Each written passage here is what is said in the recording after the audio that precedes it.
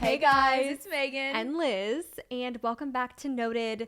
Today we're doing a fun episode. This one is going to be, I almost think it might be a two-parter just because of how much we have to talk about. I'm not sure. We'll see how this ends up. It'll say part one or part two or no parts at all. And it's about songwriting. Oh yeah. And again, speaking of a two-parter, I feel like we have so much to touch on about this. This whole episode is just going to be us kind of talking about some of our most memorable writing sessions, playing some demos from the old days that never saw the light of day that we really like. Just all kinds of fun little stuff like that. Breaking down the actual logistics of the truth behind songwriting. How do songwriters make money? Kind of sort of the lingo. Fun facts about songwriting that you can tell like when you listen to other artists and stuff. Yes. There's just a lot to cover. Okay, so since we have a lot to cover, let's just do like a 5-minute catch up. And I want to start by saying that both of us forgot to wear our wedding rings today. Oh no. I looked at my hand and I was like, oh no. And then I looked at yours and I was like, whew. Oh my gosh. That's funny. Well, I guess we're not married today. No, we're not married today. So let's see what has happened in the past week. I mean, we had Halloween. Yes, Margot was the cutest duck. Yes, and if you're a mom, I was Miss Rachel. Or even if you're not a mom, if you're an aunt, if you have like a baby friend, Miss Rachel commented and liked Megan's post. Like the queen herself, guys. She commented and liked my reel. So that's like, what did you say? Or no, Weston and I were talking about it last night. He was like, that's like the Taylor Swift of toddlers. And I was like, it really is. No, it really is. That's such a good comparison. And then I had a reel go viral, which is always fun. But this one, I must say, is completely unexpected. It was of my husband and I being Harry and Marv from Home Alone. And like, I thought it was an okay costume, but I didn't think it was worth 2.7 million views. Yeah, like go viral views. No. I was like, what? But I mean, hey, I'm grateful. Hey, I'm grateful. But yeah, so like that was fun. And Weston and I had fun. We went to like a Halloween party. That's pretty much like the highlight of the week, I would say. Yeah, everything else has been pretty standard. I feel like we've been busy. Yeah, we've just been busy, go. I've been, for those of you who don't know, sometimes we do wedding makeup because it's just fun. So fun. And I got in this mood a few months ago and I just said yes to a lot of weddings. And right now we're in the thick of it. And I'm like, why did I say yes to that many weddings? And yeah, so we have one, or I guess by the time this is out, we would have had the second one in 2 weeks. Mm-hmm. And the one that we have to do on this Saturday is very, very fast paced, and I am very nervous. We're doing a lot of girls and like not a lot of time. Yeah. I think it's probably the most challenging wedding that we've ever done time wise, right? I have had to do this amount of girls before in that amount of time. It just has never been with you. Yeah. Yeah. And we're not doing the bride, and that takes most of the time. But yeah, so that. But it is fun, and you always walk out feeling really good, and like it's usually the vibes are high because it's like a wedding day. Yeah, it's just fun. I mean, other than that, I think we should jump into songwriting now. I think we should. Yeah, we've got a lot to talk about. Because we have so much to say. Yeah. Let me see. So I feel like we've got to start a little basic. Okay. Because I feel like this is a question that we get all the time, and I feel like it's a random question, but everybody asks it. Well, let's hear it. And we can kind of break into like what a songwriting session looks like from this question, but you're gonna be like, oh my god. The question is, which comes first, music or lyrics? Yeah. Okay. That is just a common question. I feel like not only that we get, but just people who don't write songs ask people who write songs, like, how do you come up with which? Like, first, the music or the lyrics? And honestly, it does not have to be a certain way. And there's so many different types of writing sessions because like you will go into sometimes a writing session with a track guy, which a track guy is somebody who literally their job is to sit at the computer and bring up beats, bring up guitar samples, like either play guitar, and you will, as you're writing the song, as you're like sitting there like jamming out, he will be like making a full production behind you. So, and usually in that situation, I feel like the melody comes first. Yes. Because he will have this chord progression, and then so you think of the melody, and then you think of like, oh, what type of concept does this melody and this vibe go with? So, in that case, and also sometimes the track guy might just be like, hey, I have like 5 tracks already done that we can write to, like, let's play them down. That's fun too. Yeah, that is fun. So in that instance, it's definitely melody first. But then sometimes you go in with like somebody and it's just you guys and the guitar. Somebody will come in with like a concept that they're like, I have this concept about, I'm trying to think of like one of our songs. Switch hearts. We did that. About switch hearts. Yeah. So like about, like wishing you could switch hearts with someone after a breakup. And it's like, oh, okay. So that is the concept. That is the idea. And you kind of, that's a heartbreaking song, right? So you want to like, so the guitar feels a little slower and you start there and then you kind of like work from the chorus out type thing. Yeah. And that one really is kind of interchangeable. I feel like sometimes the lyrics come first, sometimes the melody, but it's not really. It's never either or every time. Yeah. It's never always the lyrics or like always the melody. But I will say, I feel like between the two of us as a writing duo, you tend to lean more lyrical and I tend to lean more melodic. And I don't know if that's just because I play the guitar. Yeah. So I'm used to thinking that way. But I will like, I feel like you come up with, in the grand scheme of things, like 70-30 lyric. I don't know that that's true. 60-40? It really just depends on like the writing session. Yeah. Because it's just so different every time and you're with different people and different vibes and you're in a different mood that day and and any given day it's like you can walk into a session and you're like, wow, I feel like I wrote that whole song. And then some days you come out and you're like, why am I even a writer on this song? I wrote like a lyric or like a melody. Yeah. So that kind of leads into, let's talk about our first co-writing session ever. Okay. And then we'll go into our best writing session, like our favorite, and our least favorite, and why. Okay. So our first was Happy Never After. Which is crazy because that is like such a big song for us. And that was like our first co-writing session with people that were not ourselves, that is so wild, actually. Yeah. So before, Megan and I would just like go in her room or like go in the backyard with like us and the guitar and we would write a song together, just the two of us. But a co-writing session is just like what it sounds like. It is when you go into a studio or a writing room or whatever and you meet with one or two, like it can be as many as you want really, and you all collaborate. It is a co-write. Yes. Yeah, so this was our first one ever. We were on a trip to Nashville. Yes, it was the summer between our junior and senior year. We were going into senior year, and we went to Nashville to like write some songs. And it was with Mike Shimshak and Caitlin Smith. And Caitlin Smith is now like an artist. At this time, she was just a writer. But yeah, I remember that was an interesting one because it was kind of just a click and a guitar. What's a click? A click is the tempo, basically. So it was like it was kind of like a click beat. Like it was like, and then Shimshak had the guitar, I think. Yeah, I brought mine, but I was so nervous. I was like, I don't want to. Like I remember being so nervous, but I came up with the concept Happy Never After, which is like so high school. Wasn't there like a movie called Happy Never After or something like around that time that like made you think of it or something? There was like a cartoon movie that like made you think of it or something. I don't know. You might remember that better than I do. But yeah, so I came in with that concept, which obviously now I'm like, oh, that's so young. But like we were young. We were literally 17 years old when we wrote that. And that song wrote itself really fast. I remember feeling like we didn't write anything.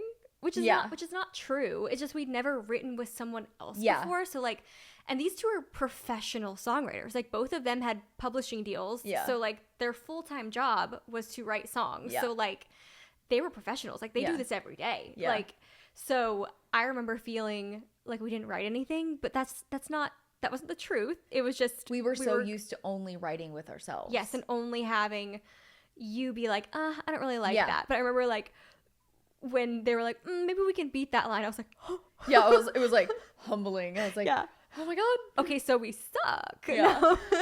So yeah, and then that day I remember Caitlin actually sang the first demo. Yep. Because and what's a demo? A demo is the first rough recording of a song from a songwriting session that you kind of send around to everybody to get a feel of the song.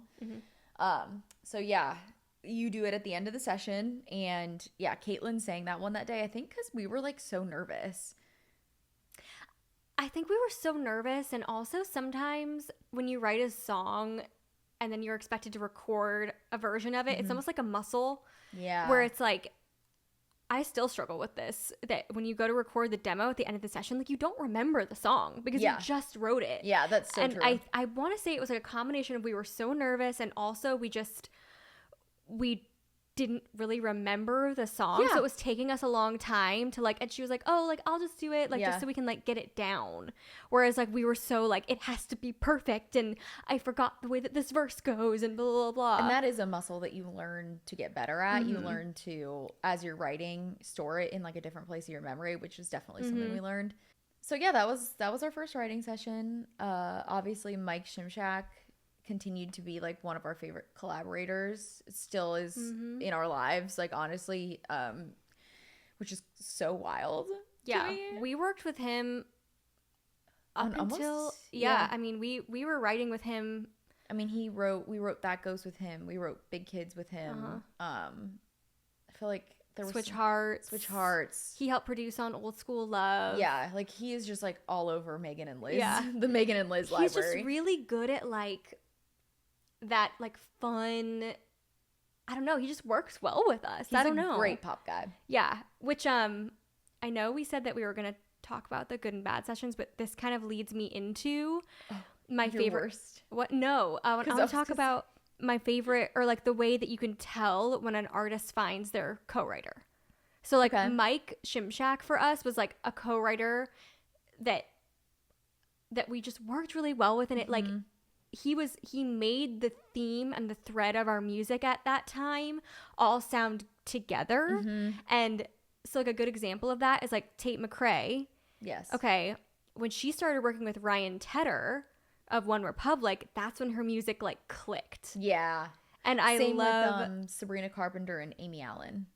Exactly. Yeah. And that's so fun that if you're like into looking at songwriting credits, which you should be, because it's really fun. It's a thrill. Yeah, you can tell when an artist finds their person and finds their favorite co-writer, because it just works. And like all of the songs, like you'll notice that you're like, oh, my favorite songs by this artist are always written with this one other person. It's because not only because they're getting the best music, but also because they enjoy working together, and it's really fun. Yeah, and it's obvious. Yeah. It's so, and I love just like discovering it. Yeah. But I mean, sometimes like you'll get a random one-off that like you're like, that's true. They got a hit out of that session, and they never really said we're never writing together again. Yeah. I mean, like, think about Katy Perry, Dr. Luke, and Max Martin, like, and Bonnie McKee, really. Like, that was the whole Taylor teenage Swift, Jack dream Antonoff. album. Yeah, Taylor Swift, Jack Antonoff. It's just, it's so fun when you see that evolution, and a lot of people don't even know that it's because they changed songwriters. Yeah. So it's Taylor just really Swift, fun. Liz Rose was the beginning. Yep. So, but anyways, it's just fun to look at that stuff. Okay, worst songwriting session. Oh gosh. There's been a lot. I think we probably have the same one. There's two. This one I won't dwell on very long, but there was one I remember. We were just sitting there for, like, not kidding, I think it was like 8 hours, and like nothing got written. Was it in LA? Yes, that one. Was it with somebody from a band? Yes.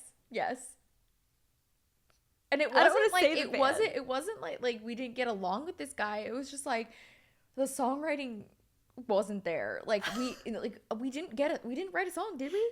No. I don't think we did. So here's the thing. Is like you will go into these rooms sometimes. Like we went over to his house, and you don't know these people. Yeah. Like most of the time, like you just go in cold, and you're like, I don't know how. And creative people are interesting people. Like they just are. Like I would say we're interesting people. And and this guy came from like a band, so he had like lots of fun stories, and you know, just interesting. But his creative process just didn't align with ours. And the thing about a songwriting session is like, it's not like you have an official lunch break or you have an official hard out or you have official like anything. It's like you can literally, we were sitting there and he was quote unquote working on a track. And we were just like, we have a picture on our Mac.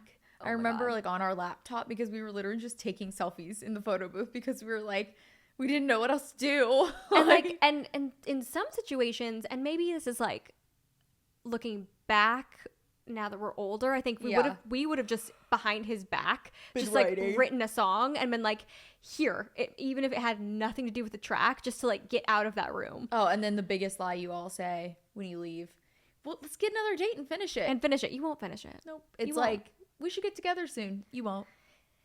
Yeah. So that one, and then also the one, I literally couldn't tell you even who this was with, but it was in his basement.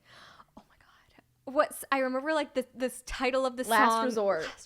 And he was just like a hard rock guy. And he was also building a track, but he was literally like going in his like drum room and just like doing like crazy drums. And it was like such a hard rock song, like the demo. Oh, I can hear. Me too. I remember the chorus. It was like, your last resort, your last resort. It was, I remember we were doing the demo, I was like, what? I was like, this is, like, we're not Evanescence. That's not even Evanescence. Your last resort. Like yelling it.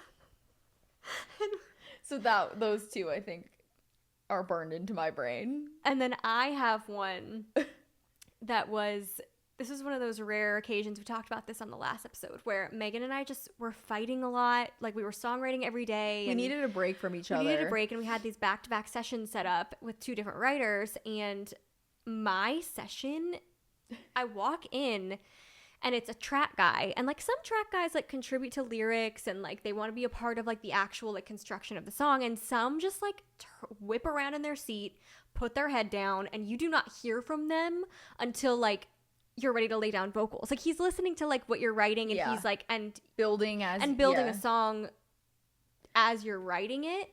So it was just you and that guy. So at this point, it was the track guy was whipped around in his seat. He was not contributing to the lyric at all.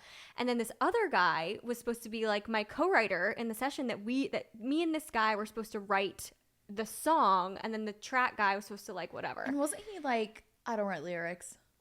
That's exactly what he said. I said, oh, you know, like I kind of had this concept idea, you know, like what do you think of this? Like whatever. He says, you know, I don't really write lyrics. I don't do that.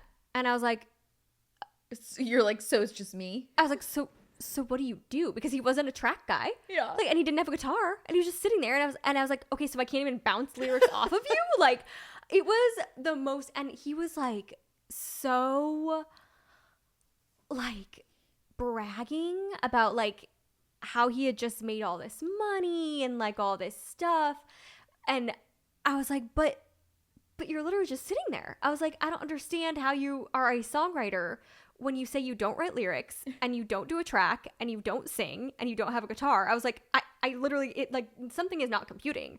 So I was sitting there, the track guy like, you know, whipped his head around. I was like, okay, so I'm just gonna like write a song by myself and hope the track guy picks it up. Yeah. Yeah, needless to say, we did not get a song that day. Oh, and we went to lunch, which is like, oh yeah, if you're in a songwriting session and they're like, let's break for lunch, and then you go to lunch and you're like, it's just all small talk.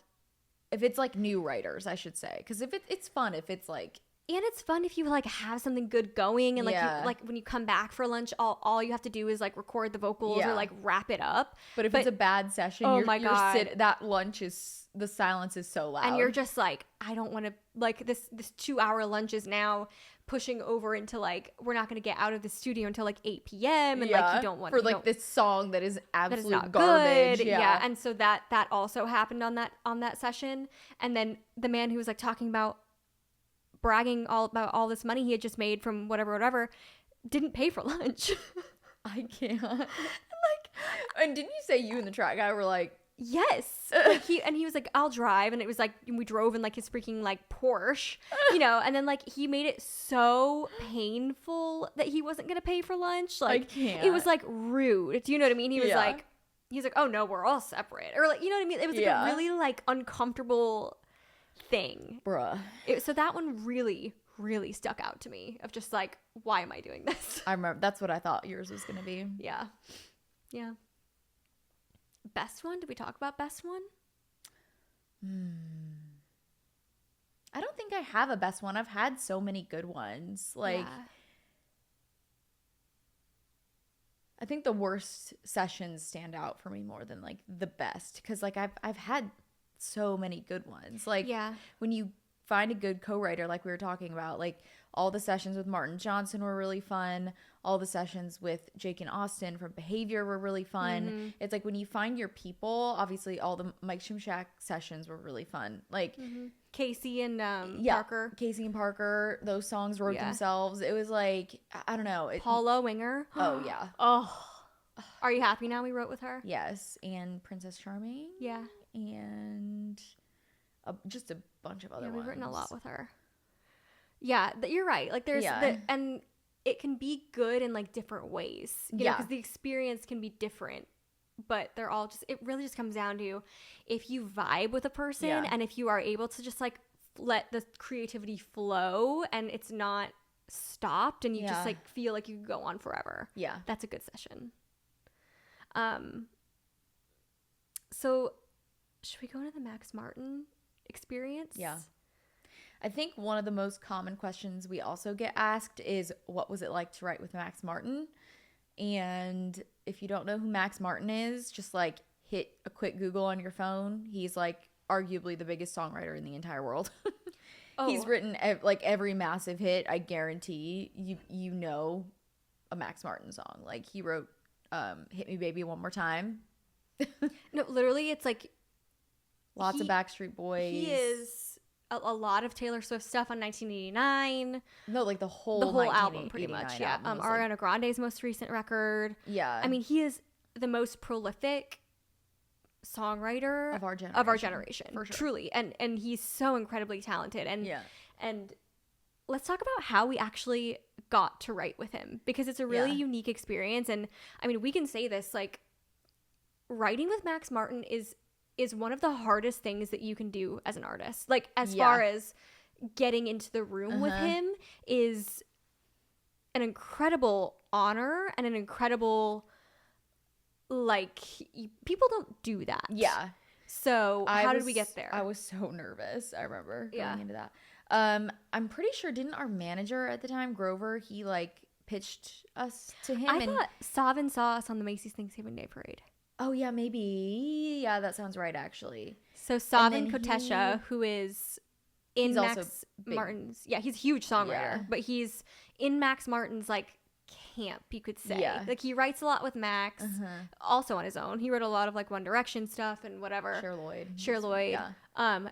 He saw us perform on the Macy's Thanksgiving Day Parade and apparently was like, that kind of seems like a song that I would write. Like, who are these girls? Like, they kind of vibe with like the kind of music that I work with all the time. Just bubblegum pop. Yeah. And then somehow, you're right. Yeah. Then Grover got into it. And then we went to lunch with Max. Do you remember that?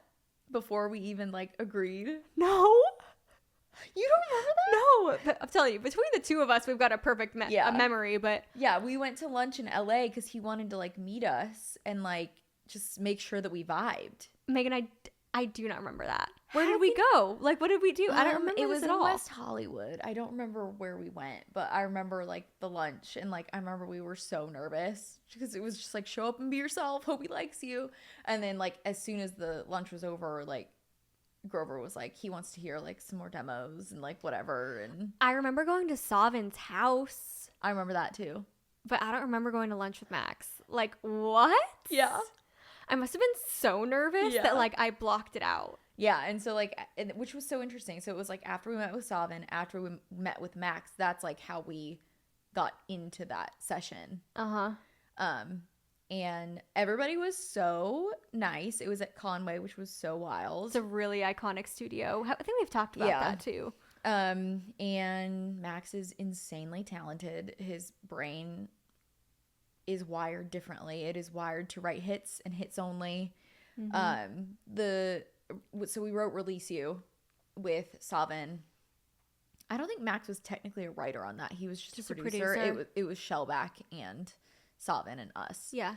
But yeah, they had like a track going and like and the concept, I think, like the title. Yeah, but the chorus melody, I think they had. Yes. So we came in and like finished the verses and like the bridge with Savin, and they had like the concept and which was so interesting, and it was like pretty produced at that point too. So yeah, we went in, and I remember it not taking very long. No. And also that's something too that I wonder about. I'm like, was that track meant for someone else? And then like he just thought it would fit us well, or maybe they just wrote it and then they were like, oh, that would work for them. Yeah. That part we don't really know. But then we did like 2 weeks like writing with the camp. Yeah. So Max himself is almost like the boss of like probably like 5 or 6 writers at any given time at Conway Studios. So he will come in to like when you're writing a song, he will pop his head in and he'll sit there for like 10 minutes and he'll be like, ooh, I really like this. Like, I don't like that. Like, I hear this. I hear that. Yeah. And it's just things that you're just like, there's a reason that he is so famous and so successful. It's because he truly hears things that are so hooky and so, it's like, how did you pull that out of thin air, and how did it make the song 10 times better? Something like in We Are Never Getting Back Together, the we like that's Max. And also I think we said this, that he always puts his artist laughs on their first song or something like that. Some sort of, but the laugh or like a that's stupid, or like, you know, like a voice or something. That he's like recording secretly. So yeah, that was like so crazy. I want to play like the little snippet of Just Can't Help It, because I vividly remember during this writing camp you were recording the vocals on it, and Max walked in, and Liz just like, I was like, oh my god, Max is in the room, and Liz was recording this like really really high note, the highest note. It was like the hero note of the song, and he like, it was like, okay, let's do it again. And he like hit the playback or whatever. And like Max walks in, and I was like watching Liz. I was like watching Max. And she just like nailed it. And he was so impressed. Yeah. No, I hang my hat on that for sure. So we got to play like that little hero note that you nailed. Tell me why every time I'm with you, something happens to me. It's so stupid, but I just can't help it. And you know how to get to me. Tell me why every time I'm with you, I just can't help it. Well, yeah, because I mean, you think about it, like this man has worked with like Celine Dion, Demi Lovato, Christina Aguilera, like the Ariana Grande, like the best vocalists in the world, and you're standing there in a studio hitting the hardest note in the song, and Max Martin is like looking at you while you say, thank God I like hit the note. Like, no, and it was, I'm pretty sure, actually I'm 99% sure that take is the one they used in the song. Yeah, in the demo that Never Saw the Light of Day. Yeah, that wasn't even a demo, like that was done. Yeah. And we wrote that one with Jacob Casher, who J Cash, is that? Yeah, like J Cash, I think is his He's writer also name. a huge writer. And then what's his name? Matt Squire. Matt Squire. But then also we worked with what's his name? Ricard? Ricard, thank you. Oh, Yes. I loved. We vibed with We Ricard. vibed with Ricard. And he wasn't like, he was newer to, and these people are mostly Swedish. Like, Yeah. he literally like finds these talented people from Sweden and then like brings them to Los Angeles to like train under him almost as a songwriter and as producers. And Ricard hadn't had anything like pop off quite yet. He was new. But then literally I think the next year he had Bang Bang by Jessie J, Ariana Grande, and And Nicki we were like, Minaj. you We go, were like, good for Ricard. you. Good for you, Ricard. I remember too, Ricard, because he had just come back from Sweden. We were just like talking about Sweden. And I was like, I was such a big fan of Play back in the day. Swedish girl group Play. Swedish girl group Play, you know, there's no one else that I can say this to. Them. And he was like, oh, he was like so nonchalant. He was like, oh, I know Anise. And I was literally like, excuse me. But I had to like obviously play it cool, but I was like, oh my god, that's so cool. And inside I was like, oh my god. Oh my god. Of all the people that like come like, through that studio, yeah. you were like, oh my god, Swedish girl group Play. I was 1 degree away from somebody in Play at Yeah. one point in my life. Yeah. But yeah, so working with Max Martin and that whole camp and Shellback and Savin and everything, I mean, truly, we got to post that picture. Oh my god, yeah. It is a well-oiled machine. I will say that. It's a machine. And I do think that we got kind of like, and I'm not complaining in any way, but I do think we got like the basic package in terms of like, we didn't get to totally start from scratch with some of the more experienced writers, which is fine. But we also found out why. It was because Taylor was doing stuff at that point. So like Shellback and like Max and all of those writers were like being prioritized to work with Taylor Swift. Yeah. And again, like I am not complaining, but I will say I don't think that we got like the same experience as Taylor Swift, where it's like you go into the room and start from scratch with like Max and Savin, which we're not Taylor Swift. And they have to give their time to those artists, and like the fact that they gave us so much time and we got to work with those writers who then became huge writers is a dream amazing. come true. It's a dream come true. Yeah.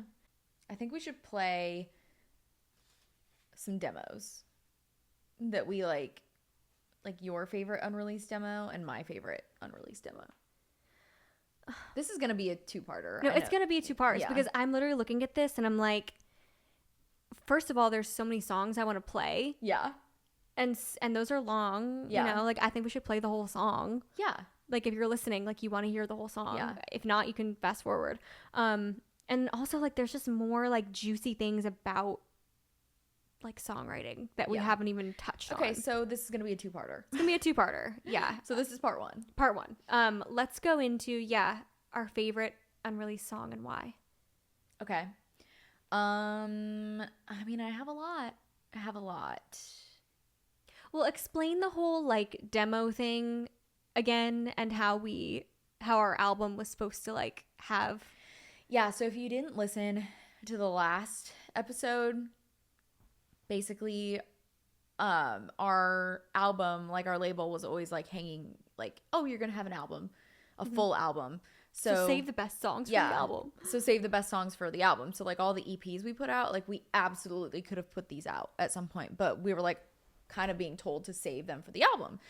So that's why I feel like some of our best songs are unreleased, which is such a bummer, but whatever. I don't know. I feel like I have a lot of favorites, but I love Snow.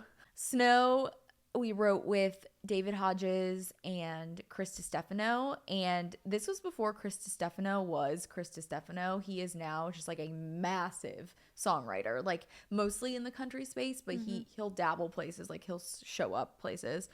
And this one I just really liked. I loved the flow of it, which was a very David Hodges flow. Which David Hodges, let's talk about David Hodges. Fun fact, he was in Evanescence. Wake me up inside. Wake me up. Yeah. But it makes a lot of sense because he was also like a big writer on the Evanescence songs. And Christina Perri, 1,000 Years. Yes. He's just a fantastic songwriter. Oh, and Crush. Oh, yes. By Crush. David Archuleta. David Archuleta. So yeah, that was a fun writing session. I remember that song really wrote itself too. It was Yeah. so yeah, I loved the melodies in this song. I loved the concept is like a little to Little me, flimsy. Yeah, a little flimsy, but the melodies were so good that it almost like made you overlook it. I think it would have done well. Like if we For put it sure. out, like I think it would have been a favorite. And like now I probably would have rewritten it, like tweaked it a little Yeah, bit, yeah. like concept wise, but I mean, I love it. So let's play it.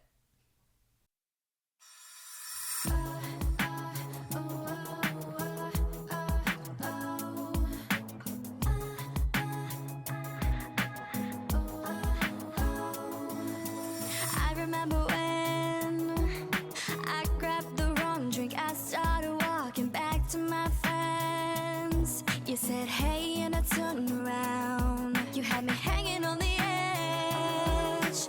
And from that moment, the world was frozen. Love was all we had. That was then, but this is now. I'd do anything just to get you back.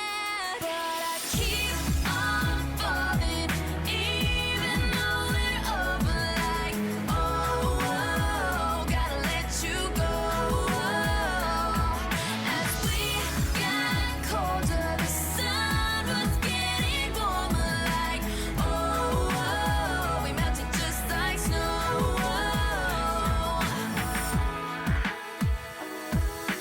How could we forget that we said forever, worse off for better? How could we let such a good thing slip away? Never saw the end. Before you know it, love in slow motion, and everything you said is a heartbreak I can't escape. But I keep on falling, even though we're over. Like, oh, gotta let you go. As we got colder, the sun was getting warmer. Like, oh, we melted just like snow. I'd do anything to get you back. If I could erase all the bad, feel the snow all over you and me. And I keep on falling, even though we're over. Like, oh, gotta let you go. As we got colder, the sun was getting warmer. Like, oh, we melted just like snow. Keep on falling, even though we're over. Like, oh, gotta let you go. As we got colder, the sun was getting warmer. Like, oh, we melted just like snow. My favorite part is at the end. The sun was getting warmer, like Oh, so good. oh, So I good. love it. I know. But I keep on falling, Oh, even though that we're over. Like, yeah, oh, it's so good. Yeah, and like it sounds so quality. And that's the thing is like that's a demo, which is That's- crazy. And that's, I think, a big part of the reason why Chris Stefano got so far so fast is because you were You're so leaving good these at the demos. sessions with demos that sounded like that, which Demos that sounded like a final song, which Yeah. at that time, especially in country music, like that was not happening. Like you didn't have these track guys that were cranking out like finished products by the end of the session. yeah, it was like voice memos. Yeah. And also, fun fact, Chris Stefano wrote with my husband a ton. If you remember Memphis High from TBT. Need Your Poison. Yeah, he wrote like basically their whole EP with them. Like he wrote. So if you're like in the mood to go listen to a Memphis High throwback, Criminal Love. Smash. Yeah, so they were writing with Chris Stefano like literally before he was anybody. Okay, so we didn't actually discuss this before, but I do have a favorite demo that has not been released. And it is a song called Chills. Wait, I thought you liked The Guy You Never Were. I like that one. I would not say it's my favorite one. Okay. My favorite one is Chills. I That love song, Chills. It's my favorite. I think it's probably one of my favorite songs we've ever written. That and it one is not should have out. seen the light of No, day. it should have seen the light of day. And that one we wrote with Josh Kerr, who wrote a lot of early Kelsey Ballerini stuff. He's a great artist in himself. Like, I love his just artist projects. He's writing a lot of stuff with Maddie and Tay right now, obviously because he's married to Tay. Yes. I mean, he is just, oh my gosh, I just love his vibe. And he's a track guy, I guess you could say, but he also really writes a lot. And he's like a producer too. Yeah. He's really, really good. And then who else was in that session? Jason Duke? Yeah. Who also, again, he's kind of sprinkled all over a lot of hits. You'd be surprised. Yeah, but we've written twice with him, I think. No, I think just that one. Just that once? Yeah. But he's really, really good as well. And I don't know, this song, it's just, I think it's sexy. I think it sounds like we wrote it so long ago, but I still feel like it would do so well if it came out like today. It's like a simple and sexy little pop song. Yeah. And I just love the demo. I love our vocals on it. It just really hits for me. Okay. And I'm so sad that it's not officially out. So let's go ahead and play it.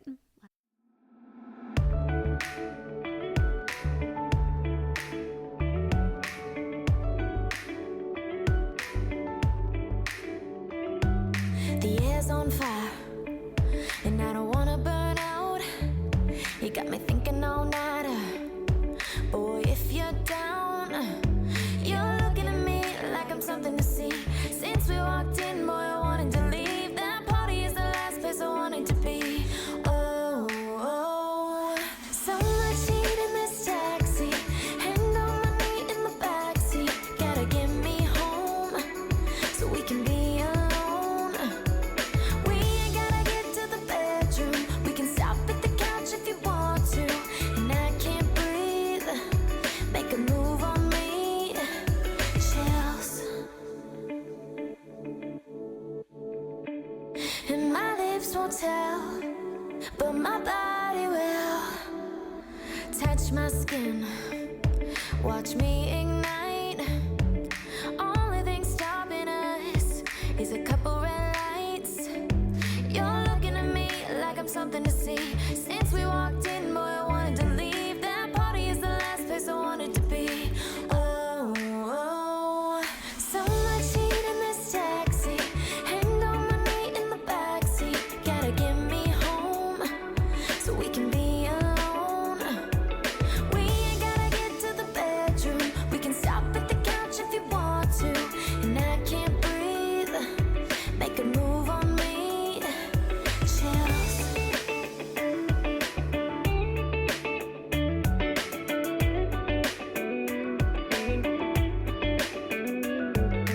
Oh, I want you to kiss me like, oh, why don't you just kiss me like, oh, I want you to kiss me like, oh, come on, baby, kiss me.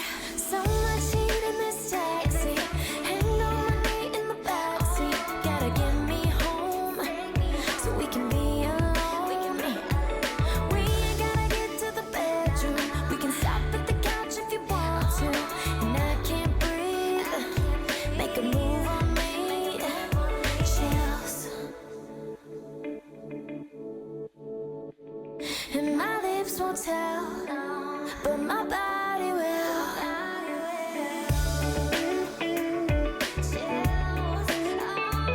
And my lips won't tell, but my body will.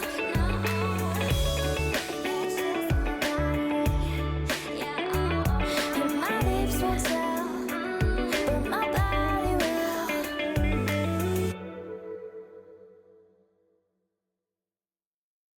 So that is the end of part 1. What are we going to talk about in part 2, Liz? In part 2, we are going to talk about more like how songwriters actually make money, like what it means to cut a song and who does it a lot and who doesn't. When you see like a million writers on a song, what does that mean? What does that look like? People always give like so much crap to Beyonce. Have you seen that? Yeah. Like for having 18 writers on a song. It's like there's a reason and there's an explanation, and it's just interesting to kind of go into that. And also going like cutting a song. Like I love when more than one artist cuts a song. Oh. And you don't know. Like I want to go into specific examples of like this artist version versus this artist version. That's really fun.